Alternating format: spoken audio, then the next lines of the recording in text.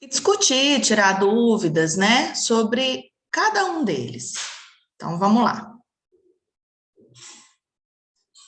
O tato, né? Nós estudamos recentemente sobre o sistema tegumentar, onde nós temos a nossa pele, né, ou a nossa chamada cutis. Então, só relembrando para vocês, é um órgão de revestimento externo do corpo, um órgão de proteção, né? E sendo considerado um órgão, o maior órgão do corpo humano e também o mais pesado, pelo seu tamanho e comprimento, né? Ele reveste todo o nosso corpo, fazendo essa camada de proteção mesmo, né? Ele tem funções imunitárias importantíssimas, funções de defesa, né? Leucócitos, os linfócitos, que são responsáveis por essa defesa primária que a gente chama, né, do nosso corpo. Ele é um principal órgão de regulação do calor, é ele que mantém o nosso calor interno da diferença de temperatura que nós temos no meio externo. Então, ele é capaz de fazer essa regulação do calor, né, através do quê? Do que nós vamos ver lá na frente, dos nossos receptores, detectar altas temperaturas ou baixas temperaturas, e a partir disso desencadear ali vários processos para manter essa regulação da temperatura corporal. Protege a gente contra a desidratação, mantém a água dentro do nosso corpo, dentro do nosso organismo. Nós já estudamos a importância que nós temos da água dentro de todos os sistemas internos do nosso corpo, né? Que são regidos praticamente por os minerais, né? E a água, o H2O, né, que está contido dentro da água. Nós temos funções nervosas, né, que constitui o nosso sentido tato. Então, é sobre isso que a gente vai falar, né, sobre a função nervosa do que a pele rege no nosso corpo. Nós temos as funções metabólicas, como a produção de vitamina D, e protege também contra a radiação, né? Nós vimos os raios UVA e os raios UVB. Bom, só relembrando, a pele ela tem 3 camadas, né? A epiderme, derme e a hipoderme, né? Que a gente chama de tecido adiposo subcutâneo, né? Que é a mais importante ali. Mas a gente ainda consegue subdividir ela em 4 camadas, né? A córnea, que é a mais externa, a que fica em contato com o meio externo e faz realmente essa proteção, que é aquela camada mais queratinizada, aquela camada mais enrijecida, mais dura. Tem a epiderme, a derme e bem lá embaixo um tecido adiposo cutâneo, que tem grande atuação na nossa regulação de temperatura, regulação de calor. E o que mais nos importa, né? Relembrando, nós temos os nossos sensores que estão localizados na pele, e é ele que vai dar percepção tátil de temperatura, né? No nosso, como forma de captação de estímulos externos, para que seja passado para o nosso sistema nervoso central essa informação. Por quê? Porque é através dessa informação que a gente, teoricamente, vai sobreviver nesse meio externo, né? Conseguir perceber diferenças de temperatura, conseguir perceber perigo, né? Coisas que vão atentar contra a nossa vida. Então, uma das grandes funções desses sensores é a manutenção da vida em si mesmo, né? Então, todas as regiões do nosso corpo, como eu disse para vocês, elas são providas de pelo, né? E o pelo é uma terminação nervosa extremamente especializada e capaz de sentir as informações do meio externo e passar para o meio interno. Então, cada pelo tem um envolvimento neurológico, de receptores neurológicos, e cada um tem a sua função. Então, por exemplo, tem receptores que vão captar pressão, tem receptores que vão captar a sensação térmica externa, né? Então, na pele que ela é desprovida de pelo, e também na que está coberta por ele, encontram-se 3 tipos de receptores comuns, que, como eu disse para vocês naquela aula. Quais são esses receptores? Corpúsculos de Pacini, que eles captam especialmente estímulos vibráteis e táteis. Então, tudo que é vibracional e de pressão, esse corpúsculo de Pacini é ele que vai ser especializado e ele que vai detectar quando ocorrer isso na nossa pele. Temos os corpúsculos de Meissner, né, que estão nas saliências da pele sem pelos, como, por exemplo, nas partes mais altas das impressões digitais, né, que é o tato leve, aquela sensação que a gente tem, que ela é muito, esses corpúsculos de Meissner, né, eles são mais especializados, digamos assim, nas pessoas que não têm o recurso da visão, né, e isso é muito importante da gente falar também, que nós temos os nossos 5 sentidos, né? Todos se equilibrando entre eles, para quê? Para receber as informações do meio externo e passar para o meio interno, para o nosso sistema nervoso central, captando e gerando também memórias, porque a gente trabalha, o nosso sistema nervoso central trabalha como? Com memórias, né? E quando a gente tem a perda de um desses sentidos, né? Geralmente 2 ou mais sentidos acabam sendo mais apurados, né? Então não se sabe realmente se há um aumento, né, desses corpúsculos, por exemplo, de Meissner na pessoa cega, ou se há uma especialização maior desse corpúsculo. Para quê? Porque a pessoa, a partir do momento que perde a visão, a gente fala e brinca, né, que ela enxerga por onde? Pelas mãos. Então, o tato dela fica muito mais aguçado, muito mais apurado. E aí ela consegue essa percepção melhor do meio externo. Por quê? Porque falha a visão, né? E esses corpúsculos de Meissner, eles percebem o quê? O tato leve. Então, por isso que as pessoas cegas, eles tateiam e têm uma sensação muito maior, né? A informação, ela é muito mais clara para essas pessoas. Por isso que ela consegue, por exemplo, ler em braille, né? Que ela percebe o quê? As saliências, as pequenas saliências e as pequenas diferenças dessas saliências dentro da escrita em braille. Assim, ele consegue interpretar, associar ao que ele aprendeu, e aí vão se formando as palavras para as pessoas que têm essa facilidade no braille, né? Nós temos também os discos de Merkel. Eles são de sensibilidade tátil, de pressão também, e os movimentos de pressão e tração da pele, da epiderme, que causam mais estímulos. Então, um é uma pressão mais vibracional, o outro é uma pressão mais de tração. Então, eles vão se complementando com as informações, e aí eles conseguem levar essa informação tão rica e tão precisa, né, para o sistema nervoso central interpretar. E isso é muito legal da gente ver, da gente entender, né? Então, por exemplo, quando há uma queimadura extensa nessa região da pele, o que primeiro é destruído, gente? Os pelinhos ali, né? E o extrato córneo, né? A epiderme.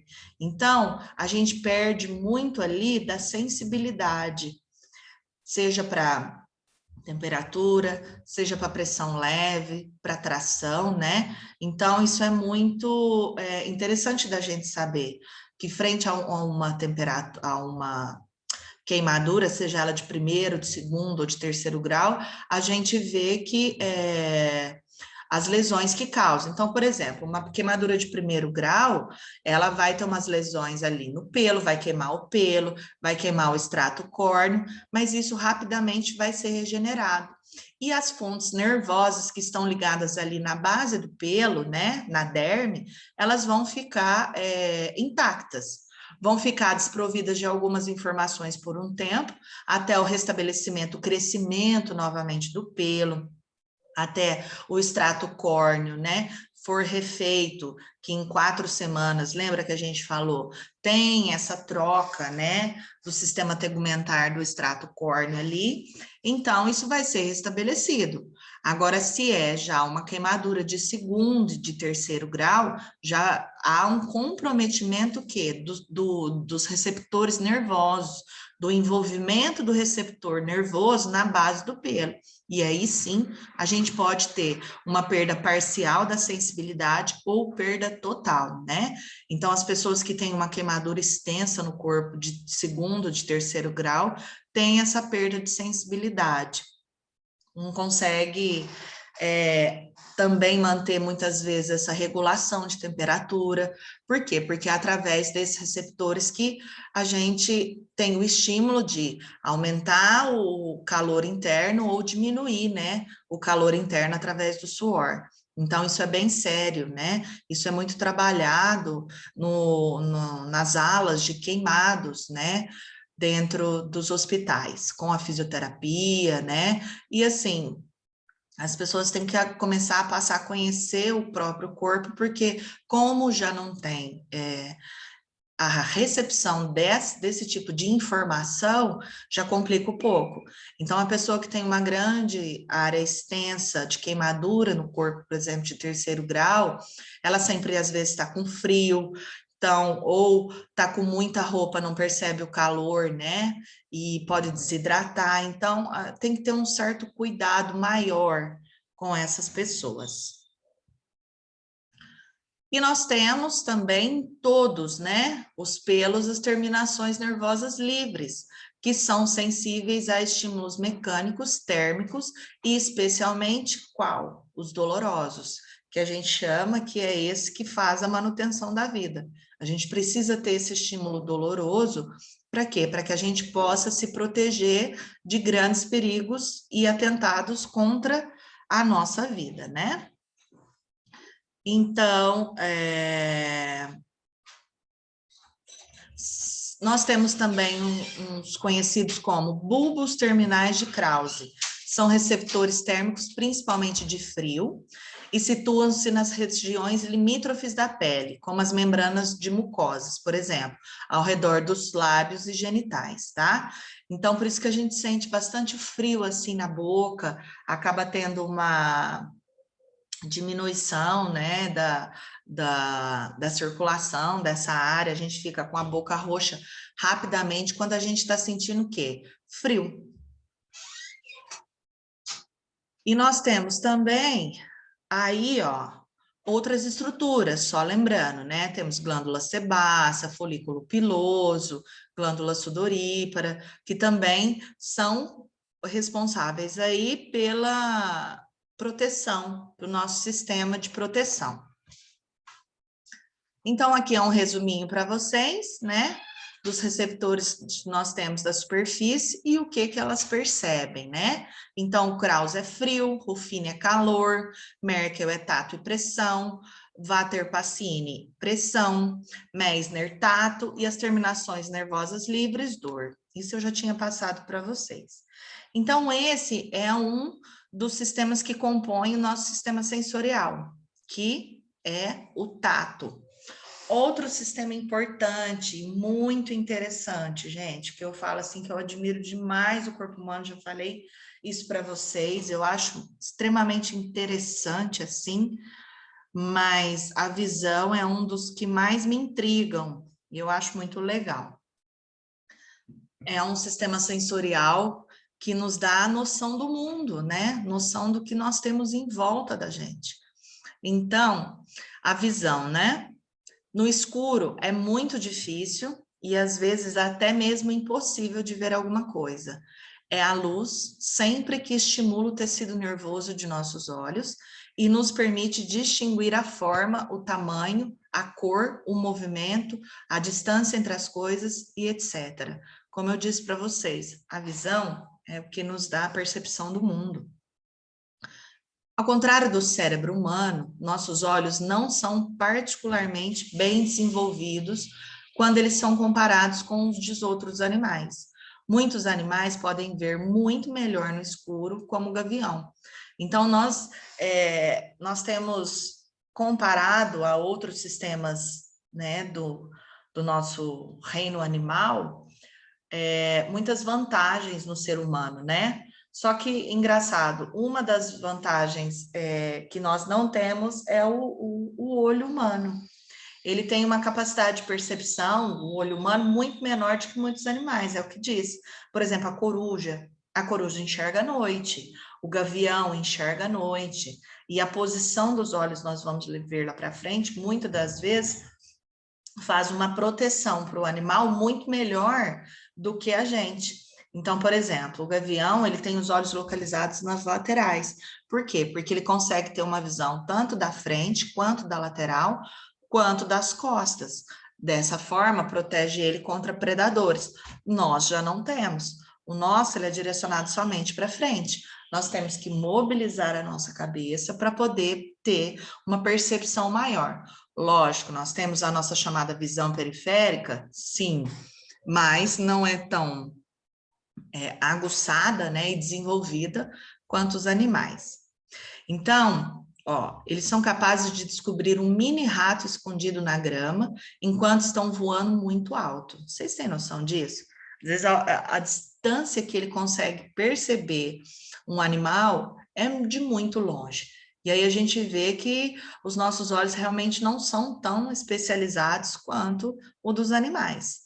Nossa visão realmente ela é muito boa, mas não única. E o ponto mais forte do olho humano é a visão das cores e a habilidade de dizer a que distância está um objeto apenas olhando para ele, tá? Então, essa habilidade de profundidade, né, de distância que a gente tem, é muito melhor do que dos animais. E as cores também. Muitos animais não têm essa percepção de todas as cores que a gente é capaz de enxergar, né, no mundo, né? Muitos enxergam preto e branco, outros não têm a percepção do vermelho, do azul, né? Muitos são daltônicos, o que a gente fala, então é diferente. Então, nossos olhos, eles são quase esféricos e estão alojados nas cavidades orbitais da face. As paredes do globo ocular são constituídas por 3 membranas, a esclerótica, a coroide e a retina, tá? Como eu disse para vocês, os animais têm os olhos localizados nas laterais da cabeça. Nós temos na face anterior. Aqui é a estrutura de um olho, tá? Então, nós temos desde a estrutura mais externa até a estrutura interna. Então, nós vamos ver cada um, passo a passo, como que a imagem ela é construída dentro da captação desse nosso olho, que é o órgão responsável pela captação, e como que ela chega, né, até o nosso sistema nervoso central. Então, nós temos o globo ocular, né? Cada olho é constituído por 3 túnicas, que a gente chama. A túnica externa, que é a protetora, né? Que são o quê? A córnea e a esclera. A média, que é a parte vascular, que compreende quem? A íris. A íris é o que dá a coloração, gente, essa corzinha bonitinha. A coroide e o corpo ciliar. E a interna, que é a nervosa, né? Que é a nossa chamada retina. Então, vamos ver cada um. A esclera é aquela partinha branca e opaca que recobre todo o olho, tá? Ela é conhecida popularmente como, que a gente chama de branquinho do olho, branco do olho, né? E ela tem uma função do quê? Protetora e de manter o formato do olho arredondado. Esse formato arredondado, ele é extremamente importante para quê? Para que a gente consiga ter movimentação plena desse olho dentro, né, da cavidade orbital. nós temos a conjuntiva, que é uma camadinha muito fina, transparente, com muitos vasos, que recobre essa esclera, o branco do olho, né? Na parte anterior do olho e a parte interna das pálpebras, onde a gente não enxerga. Então, nós temos uma camadinha, uma conjuntiva bem fininha, transparente, que ela é extremamente vascularizada, né? Capaz do quê? De hidratar, de manter a nutrição, de manter a oxigenação dessa esclera. Para quê? Para manter ela íntegra. Nós temos essa camadinha bem externa do olho, que a gente chama de córnea, que é uma camada extremamente transparente. Muitas pessoas falam que é o vidro do olho, né? Quando a gente olha um olho lateralmente, a gente consegue perceber a córnea, que é uma lente transparente, né? Que tem que ser transparente, porque, como eu disse para vocês, o grande estímulo do olho é o quê? É a entrada da luz. Então, ela tem que ser transparente para permitir essa entrada da luz dentro do órgão, né, do olho. Então, a córnea ela é uma superfície de maior poder de refração do olho, visando formar a imagem nítida na retina, e também ela protege a parte anterior do globo ocular. Então, qualquer coisa que vá de encontro ao nosso olho pode ter lesão do quê? Dessa parte mais externa, né? Dessa córnea. Então, às vezes, uma queimadura ou, né, um estilhaço que possa, de alguma forma, uma explosão ou alguma coisa entre nosso olho. Então, por exemplo, quando a gente está num lugar que está ventando muito e entra um cisco, é na córnea. Às vezes esse cisco é um grão de areia ou uma pedrinha que entra lá dentro e às vezes a gente coça assim, e às vezes a gente acaba riscando essa córnea, acaba lesando essa córnea. Então, a partir desse momento de uma lesãozinha na córnea, ela já não se torna tão transparente. Quando a gente vai enxergar, a gente tem essa deficiência na visão, né? Então, ó, aí é um exemplo de uma lente mesmo, da córnea, né? Quando a gente faz o transplante, olha. Então, é como se fosse uma lente transparentezinha, realmente, que dá essa percepção, essa refração da luz, ela não entra diretamente, né? Ela bate na córnea, ali ela é alguns feixes de luz já são suavizados ali para não entrar com tanta intensidade no nosso olho, mas a nitidez que nós temos dos objetos são dados através de quem? Através da córnea. Outra estrutura que nós temos é a íris, né? Que é a nossa chamada parte colorida do olho. Ela fica atrás da córnea e ela é passível da gente enxergar porque a córnea é transparente, então a gente consegue ver a estrutura que está atrás da córnea, né? A íris possui em seu centro um orifício chamado de pupila, né? Então é ali que é definido a coloração do azul, do verde, né? Do mel, do preto, do castanho claro, do castanho escuro. E isso é sempre definido geneticamente, né? Mais uma estrutura importante que a íris abriga é a nossa pupila, né? Que é a também chamada popularmente, né? A menina dos olhos. É ela que regula a entrada de luz dentro do olho, a quantidade de luz que entra, de forma que não há lesão do quê? Do nosso nervo óptico. E também uma entrada muito intensa de luz ou pouca entrada de luz dificulta da gente da interpretação da informação que está sendo trazida através da córnea, né? Então, por isso que ela tem esse sistema de retração e de dilatação importante. Ela que é responsável por essa regulação da entrada de luz, para que a gente consiga ter uma interpretação melhor do que a gente conseguiu ver, né? Então, por exemplo, ela regula a entrada de luz no olho, contraindo-se em ambientes muito claros. Então, quando a gente está num ambiente muito claro, a nossa pupila do olho vai estar bem mais retraída. Por quê? Porque está chegando muita luz, muita claridade dentro do ambiente. Então, ela vai regular a entrada dessa luz. Ou ela pode aumentar conforme nós vamos adentrando lugares em que a entrada de luz ela é mais escassa.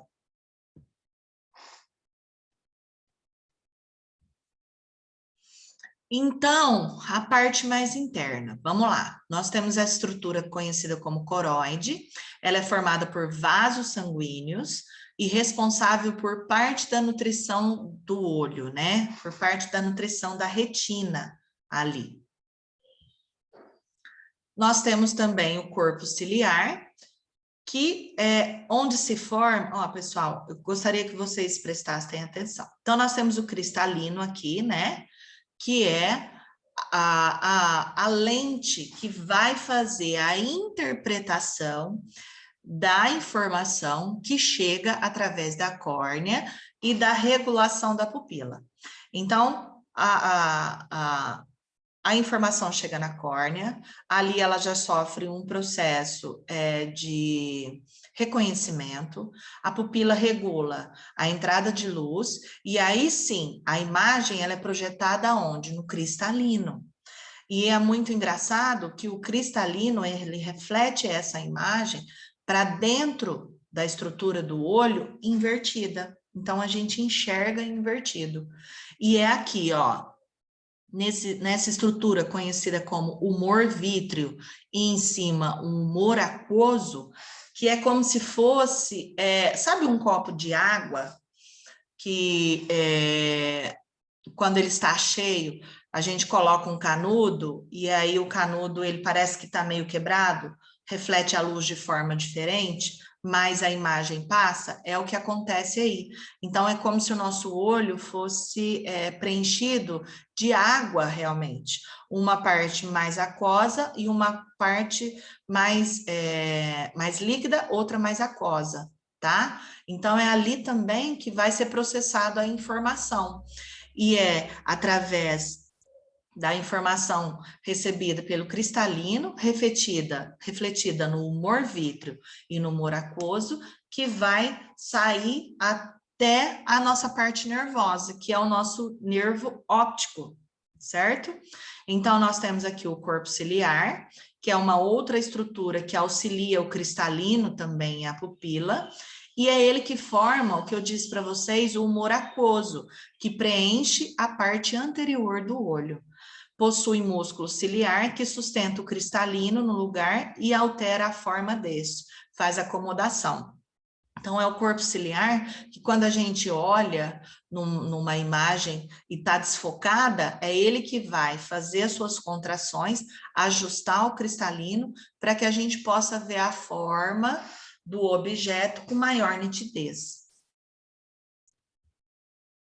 Então, como eu disse para vocês, o cristalino é uma lente transparente situada atrás da íris, que modifica sua forma para dar maior nitidez à visão, né? Que é a nossa chamada acomodação visual. Como se faz, por exemplo, num binóculo, quando a gente olha e ajusta a lente, o cristalino é como se funcionasse assim, né? Permitindo o quê? Aquela visão extremamente precisa dos objetos, né? Que eu disse que às vezes muitos animais não têm essa precisão. Eles detectam o movimento, mas não têm aquela precisão real dos objetos, e muito menos consegue, às vezes, graduar a distância desse objeto, né? Que é uma característica humana. Então, com o passar dos anos, gente, o cristalino ele perde a sua forma e a sua elasticidade, a sua capacidade de adaptação, né? E aí que entra o quê? Entra as nossas deficiências de visão, né? Por isso que muitas pessoas, a partir dos seus 40, 50 anos, necessitam sim de óculos para perto, especialmente para quê? Para leitura, né? Por quê? Porque aí a gente já tem uma perda dessa adaptação do objeto para longe e principalmente para perto, né? Com o objetivo de compensar essa perda visual, chamada tecnicamente de presbiopia.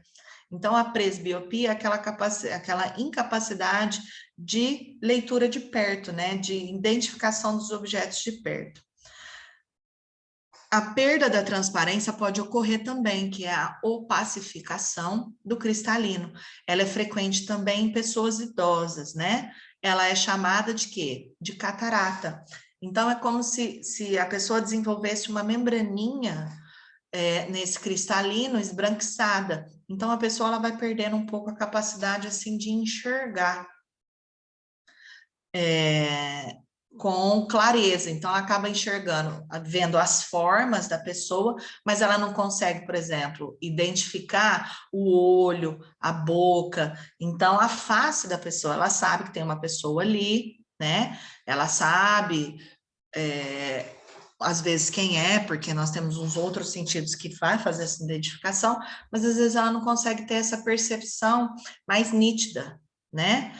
E essa catarata também se dá, né, em animais. Por exemplo, o cãozinho tem os cãezinhos mais idosos que também acabam desenvolvendo essa catarata, né? Então, ó, quando a gente joga uma luz na pessoa que tem catarata, a gente consegue visualizar mesmo essa membrana branquinha, esbranquiçada no olho, que dificulta tanto a visão. E aí a pessoa, ela passa por uma cirurgia, né? Que ela faz o quê? A raspagem, a retirada dessa membrana e também é colocada uma lente para otimizar a perda gradual do cristalino de enxergar essas formas, né? Então, já que abriu mesmo, né? A pessoa já faz a colocação dessa lente, que vai dar uma visão boa até os seus restos dos anos que ele tem a viver, tá bom? Então, nós temos também, ó, o humor vítreo, que eu falei para vocês, né?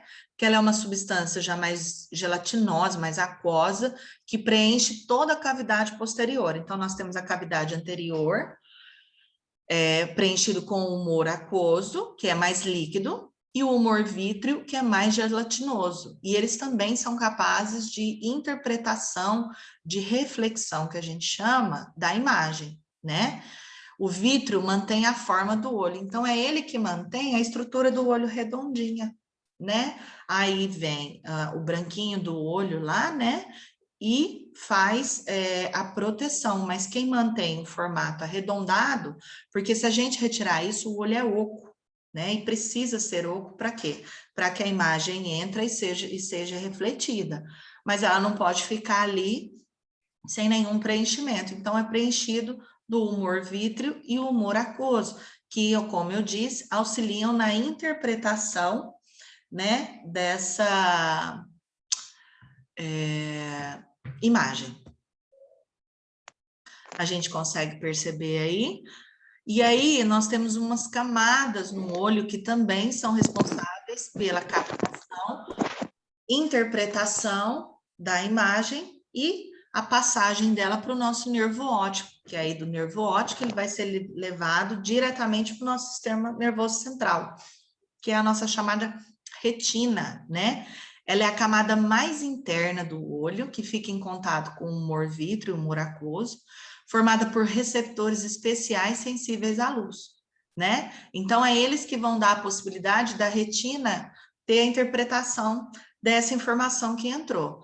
Estes transformam os estímulos luminosos em estímulos nervosos, tá? Que aí sim vai ser enviado para onde? Para o nosso sistema nervoso central, para o cérebro, na região responsável. Então, os estímulos são levados até o cérebro, tá? Ó, pessoal, vai cair agora a nossa aula e eu volto aqui. É só o tempo de